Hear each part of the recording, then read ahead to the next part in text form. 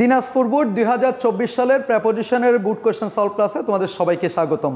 So চলো শুরু করি। It is known dash all that one day all will pass away dash this earth. It is known to all that এটা সবার কাছে জানা বিষয় যে one day একদিন all will pass away সবাই মারা যাবে dash this earth এই পৃথিবী থেকে একদিন আমরা সবাই মারা যাব, এটা সবার জানা বিষয় কথা। তাহলে থেকে বোঝানোর জন্য আমরা যেই প্রেপোজিশনটা ব্যবহার করি সেটা হচ্ছে ফ্রম, আর নোন এর সাথে যে প্রেপোজিশনটা হয় সেটা হচ্ছে known to. He is known to me, সে আমার পরিচিত, নোন টু অ্যাপ্রোপ্রিয়েট প্রেপোজিশন। আর থেকে বোঝাতে আমরা ব্যবহার করব ফ্রম। আর পাস অ্যাওয়ে শব্দের অর্থ হচ্ছে মারা যাওয়া। আমরা এই পৃথিবী থেকে একদিন সবাই চলে যাব, এটা সবার জানা বিষয়। সো অতএব we have no escape death, আমাদের মৃত্যু থেকে পালানোর কোনো সুযোগ নেই। ওয়ান ডে একদিন we all rule down dash the icy lap of death, একদিন আমরা অবশ্যই মৃত্যুর যেই আইসি ল্যাপ আছে, মৃত্যুর যেই পাথর আছে, মৃত্যুর যেই বরফ আছে তার মধ্যেই আমরা একদিন ঢুকে যাব, মৃত্যুর মধ্যে আমরা ঢুকে যাব। তাহলে কোনো একটা অবস্থার যখন পরিবর্তন হয়, এক অবস্থা থেকে যখন আরেকটা অবস্থায় যাই, সেক্ষেত্রে আমরা ইনটু ব্যবহার করি। তাহলে এখানে কি হবে? One day we all rule down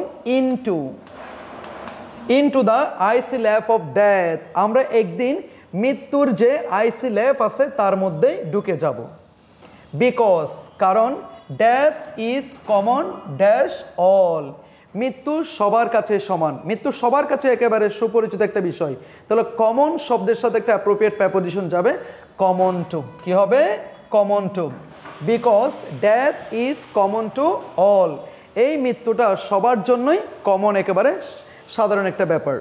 so we should not moan dash the dead, তাই আমাদের মৃতের জন্য কোনোভাবে শোক করা উচিত নয়, কারণ নিজেকে নিয়ে চিন্তা করতে হবে।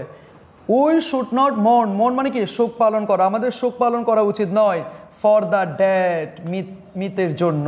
তাহলে জন্য বোঝানোর জন্য আমরা যে প্রেপোজিশন ব্যবহার করি সেটা হচ্ছে ফর। বাট কিন্তু দোজ তারা who die dash the country are mortal, যারা দেশের জন্য মারা যায় তাদেরকে আমরা বলছি অমরণশীল, তারা সারা জীবন আমাদের হৃদয়ে বেঁচে থাকে। তাহলে ফর আওয়ার কান্ট্রি অথবা ফর দ্য কান্ট্রি, তাহলে জন্য বোঝানোর জন্য আমরা যে প্রেপোজিশন ব্যবহার করি সেটা হচ্ছে ফর। দেয়ার মেমোরিজ, তাদের যে স্মৃতিগুলো আছে, do not sink into oblivion.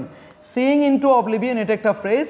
Singh into oblivion মানে এটা কখনো ভোলা যায় না, যেটাকে আমরা বলি অবিস্মরণীয়। Their memories do not sink into oblivion, তাদের স্মৃতিগুলো আমাদের হৃদয়ের মানসপটে সবসময় বেসে ওঠে। দেয়ার ইজ নো, আছে বুঝালে দেয়ার ইজ অথবা দেয়ার আর ছিল বুঝালে দেয়ার ওয়াজ দেয়ার ওয়ার, আর নাই বুঝালে there is no. There is no medicine that can save a man dash death, এমন কোনো ওষুধ নেই যে ওষুধ তোমাকে মৃত্যু থেকে রক্ষা করতে পারবে, মৃত্যু থেকে। তাহলে থেকে বুঝালে কি হবে? ফ্রম হবে। কি হবে sir? From. There is no medicine that can save a man from death, ডেথের একটা সিনোনিম হচ্ছে ডিমাইজ। সো অতএব we should always be ready, তাই আমাদের সবসময় প্রস্তুত থাকা উচিত। কিসের জন্য? মৃত্যুর জন্য। তাহলে জন্য বোঝানোর জন্য প্রেপোজিশন কি হবে? ফর হবে। সো আশা করি তোমরা সবাই বুঝতে পেরেছো। যদি ক্লাসটি ভালো লাগে তোমার বন্ধুর সাথে শেয়ার করো, আর আমাদের শিপন্স ইংলিশ পয়েন্ট ফেসবুক পেজ এবং ইউটিউব চ্যানেলের সাথে থাকো।